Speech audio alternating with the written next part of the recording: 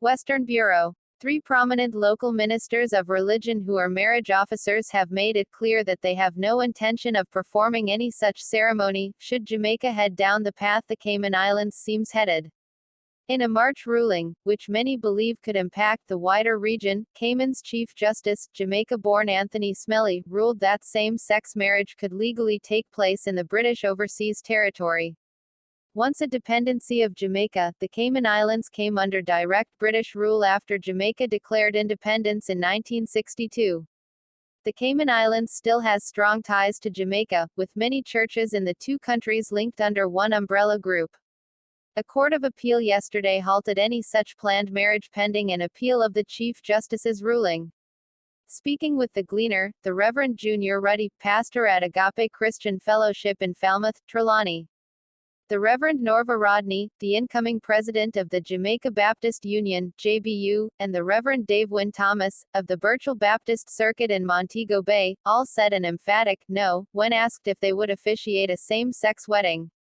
The Reverend Karen Curlew, the first female president of the 169-year-old Jamaica Baptist Union, JBU, was noncommittal, laughing heartily when the question was posed to her but nonetheless declined to give a response. The Bible speaks of man and woman, not groups, so in relation to marriage, I am following the Bible. I will not be officiating in any same-sex marriage, said Ruddy, in explaining his stance, should Jamaica decide to allow same-sex marriages in the future. Clearly, there are a lot of dancehall fans who are upset with Nevada. But Rodney, who made it clear that she was speaking for herself and not the church, said she would rather give up her life than to participate in something she says go against her Christian principles. I am not speaking on behalf of the JBU, Rodney emphasized.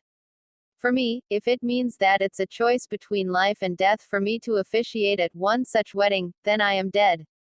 Stating that he is not one to embrace discrimination, Thomas says he is not of the persuasion to conduct such a ceremony.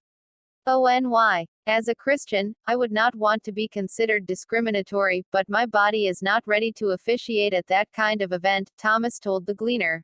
In May 2015, it was revealed at the United Nations that a proposal to legalize same-sex marriages did not enjoy Jamaica's support. Section 61 of the Offense Against the Person Act 1864 in Jamaica criminalizes the abominable anal sex, consensual or otherwise. The maximum penalty is 10 years in prison. Cayman Court of Appeal halts same-sex marriages. Georgetown, CMC. The Court of Appeal yesterday upheld a government application to block a ruling by Chief Justice Anthony Smellie on same-sex marriage in the British Overseas Territory. The ruling effectively halted the planned marriage yesterday of same-sex couple Chantel Day and Vicky Body N. Bush. The appeal court ruling also prevented the judgment of the Chief Justice from taking effect until the government's appeal of his judgment, which will be heard in August, is completed. In his ruling on March 29, the Chief Justice ordered that Section 2 of the marriage law be changed to St. 8 that marriage means the union between two people as one another's spouses. This court is bound not to allow the violation of the petitioner's rights to continue without redress. The Constitution, in its mandatory requirement that the law be brought into conformity, must prevail. The petitioners and their daughter are entitled to the indignities to which they have been subjected being put to an immediate end by the court, the Chief Justice added. Acting Solicitor General Reshma Sharma told the three-member appeal court on Tuesday that the government believes the Chief Justice in his ruling answered the wrong question in deeming Section 14 as discriminatory. She also argued that changing the law from the bench was an overstep of the court's modification powers.